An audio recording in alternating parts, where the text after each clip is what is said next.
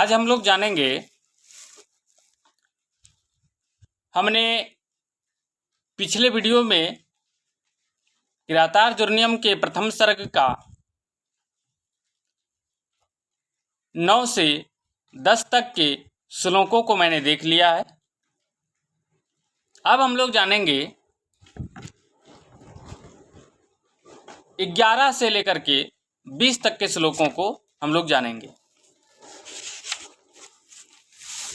11वां number श्लोक क्या कहता है?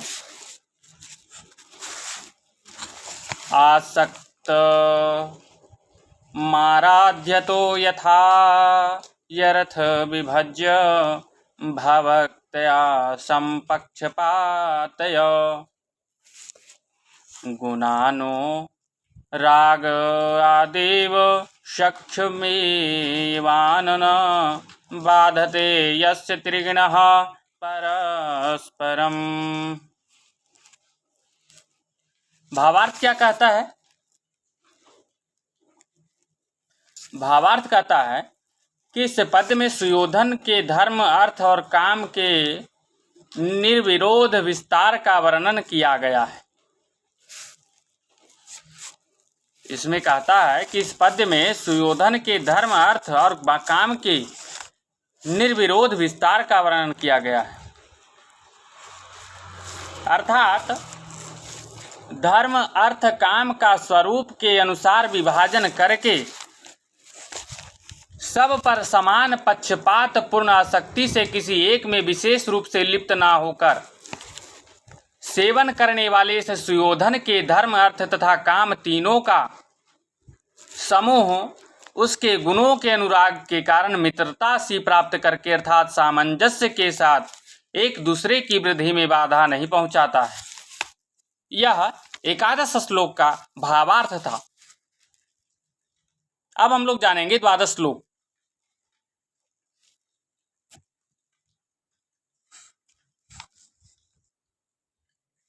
द्वादश श्लोक में कहता है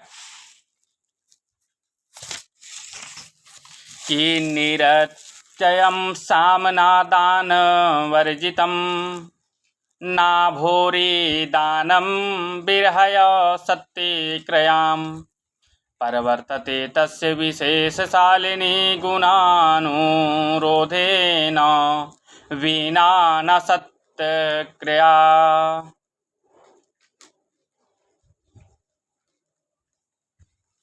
भावार्थ क्या कहता है? कहता है कि साम, दान, दंड, भेद 4 उपायों के प्रयोग के संदर्भ में दुर्योधन द्वारा अपनाई गई साम और दान की नीति का उल्लेख इस पद में किया गया है। उस सुयोधन का निर्विघ्न साम नीति का प्रयोग धन दान के बिना नहीं होता। प्रचुर धन दान भी समुचित सत्कार के बिना नहीं होता। विशेष प्रकार का सत्कार भी गुणों का विचार किए बिना नहीं होता।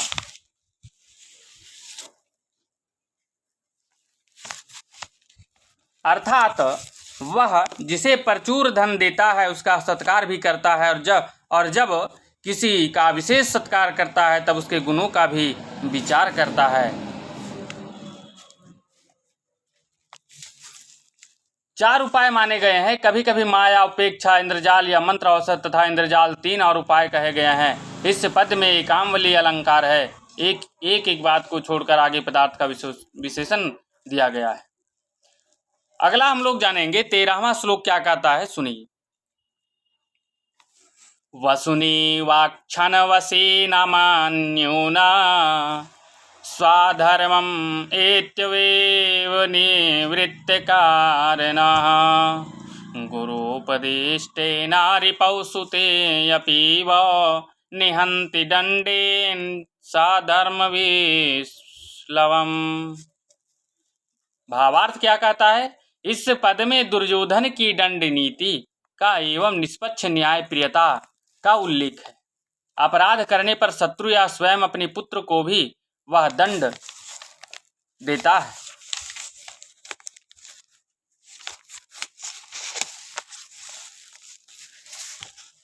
भाषार्थ सुनिए। कहते हैं कि इंद्रियों को वश में रखने वाला वह दुर्योधन धन प्राप्त करने की इच्छा से नहीं और ना ही क्रोध के कारण धन देता है, अपितु बिना किसी कारण के ही यह मेरा धर्म है, ऐसा मानकर गुरुओं धर्मशास्त्रकारों के उपदेश के अनुसार दंड देकर शत्रु के और पुत्र के भी धर्मोल्लंघन का निवारण करता है।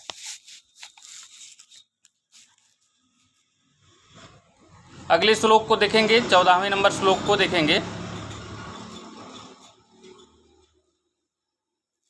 विधाय रक्षान परितः परेतरान शंकिताकारमो उपैति शंकितः क्रियापवर्गेष्वनुखे वेशात् कृताः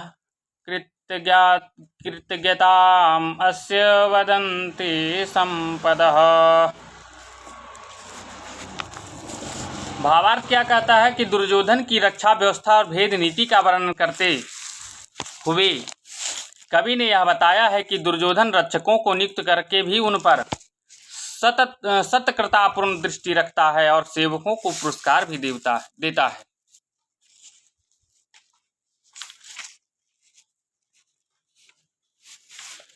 अर्थात शंका करता हुआ वह सुयोधन चारों ओर शत्रुओं को फोड़ने वाले अपने जनों को रक्षकों के रूप में नियुक्त करके शंका रहित आकार धारण करता है, अर्थात आकार से शंकित नहीं दिखता। सौंपे गए कार्यों के पूरा करने पर सेवकों को सदैव के लिए पुरस्कार रूप में दी गई संपत्तियां उसकी कृतज्ञता प्रकट करती है।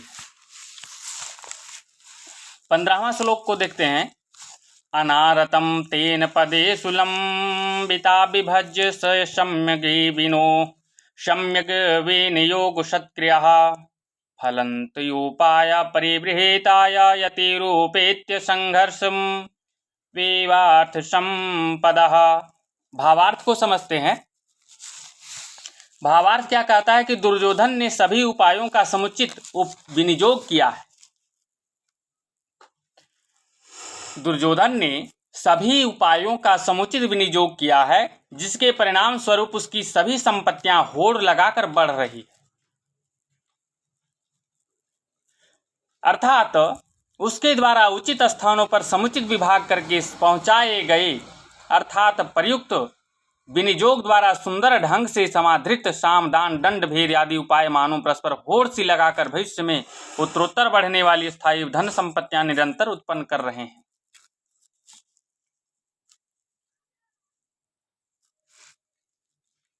यह 15वां नंबर श्लोक का भावार्थ था। अब हम लोग जानेंगे 16 नंबर श्लोक का भावार्थ। कहता है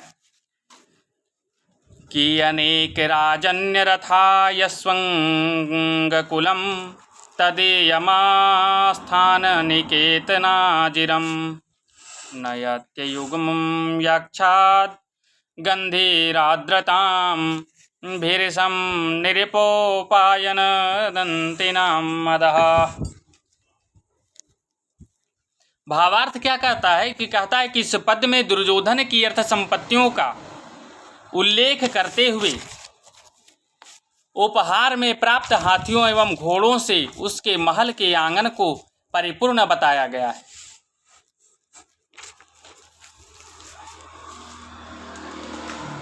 अर्थात राजाओं द्वारा उपहार में दिए गए हाथियों का सप्तवर्ण पुष्प की गंध वाला मद उस सुयोधन के सभा भवन के आंगन को, जो अनेक राजाओं के रथों और घोड़ों से भरा हुआ है, अत्यधिक गीला बना रहा है। अर्थात उसके अधीन राज्य करने वाले असंख्य राजाओं ने उसे उपहार में अनगिनत श्रेष्ठ हाथी प्रदान किए हैं।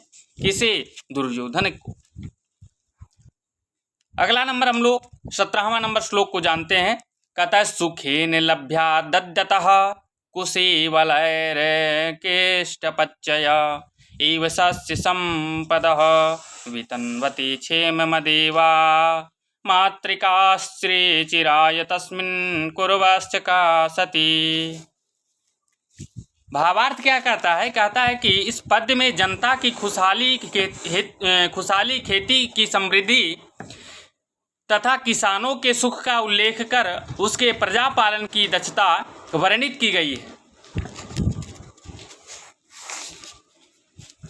अर्थात दीर्घ काल से दुर्योधन के प्रजाक्षेम का विस्तार करने से वृष्टि के ऊपर आश्रित न रहने वाले कुरुदेश मानो बिना जुताई के ही पकी हुई कृषकों द्वारा सरलता से प्राप्त फसलों को धारण करता हुआ शोभित हो रहा है। अब हम लोग 18वां नंबर श्लोक को जानेंगे।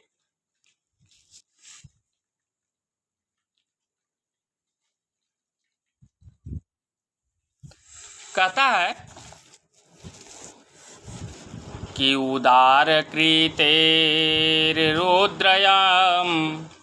दयावतः प्रशांत बाधम विशतो यभिरक्षयः स्वयं प्रदुग्धेयस्य गुणैरूपयनुता वाशोपमानस्य वसुनी मेदिनी।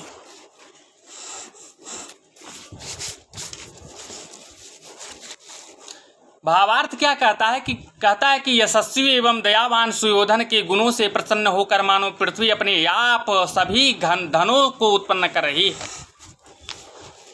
इस पद में सुयोधन द्वारा रक्षित राज्य में प्राकृतिक साधनों से प्रजा की समृद्धि का वर्णन किया गया है। यही कह रहा है कि यशस्वी एवं दयावान सुयोधन के गुणों से प्रसन्न होकर मानो पृथ्वी अपने आप सभी धनों को उत्पन्न कर रही है। इस पद में सुयोधन द्वारा रक्षित राज्य में प्राकृतिक साधनों से प्रजा की समृद्धि का वर्णन किया गया है।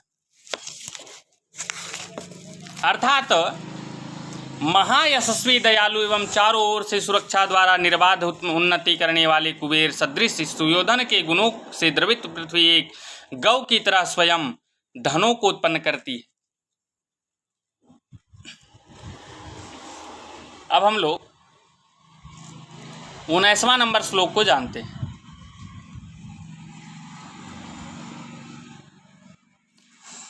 कहता है कि महो जसो मान धनाचृता धनुर्भिरिता संयति लब्ध कीर्तयः नासन् हतास्तयस्य नाभिन्न विरितयः प्रियानि वाक्षन्तय सुभिः समीहितुम्। महाजसो मान धनाचिरता धनुर्भिरता संयति लब्ध कीर्तयः। इस पद से यह बताया गया है कि वीर सैनिक यशस्वी सुयोधन की रक्षा में प्राणों का मोह छोड़कर लगे हैं। वे सभी अनुकूल सैनिकों की गुणों का अभिवर्णन है। न संघात यस्तस्या न भिन्न वृत्या प्रियानि वाक्षंत सुभी समीहितुम। सैनिकों वही कह रहा है कि सुयोधन की रक्षा में प्राणों का मोह छोड़कर लगे हैं। वे सभी अनुकूल हैं। सैनिकों के गुणों का भी वर्णन इसमें है। अर्थात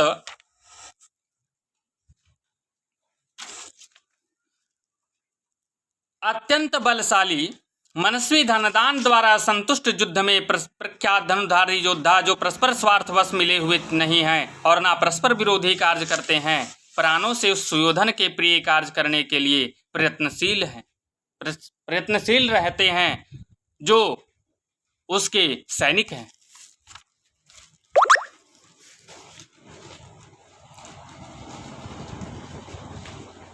आगे हम लोग 20 श्लोक को जानेंगे।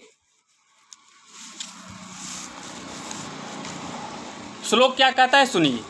महेभृतां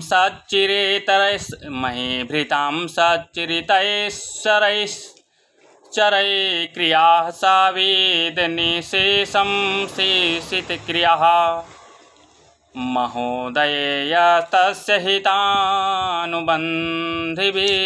प्रतीयते धातुरिवेहितं फलै। भावार्थ को सुनेंगे। सुयोधन अपने अधीन राजाओं के आचरण के विषय में पूरी जानकारी प्राप्त कर लेता है और उसकी योजनाओं में इतनी गोपनीयता होती है कि उनके क्रियान्वित होने पर भी लोगों को पता चलता है। अर्थात सभी कार्यों को पूरी तरह समाप्त करके वह सुयोधन उत्तम चरित्र वाले, प्रलोभन में न आने वाले गुप्तचरों के द्वारा अधीन राजाओं के सभी व्यवहारों को संपूर्ण रूप से जानता है। विधाता की इच्छा की तरह उसकी योजना अत्यंत समृद्धि वाले एवं कल्याणकारी परिणामों के द्वारा ही जानी जाती है। हरि ओम, नमो नमः।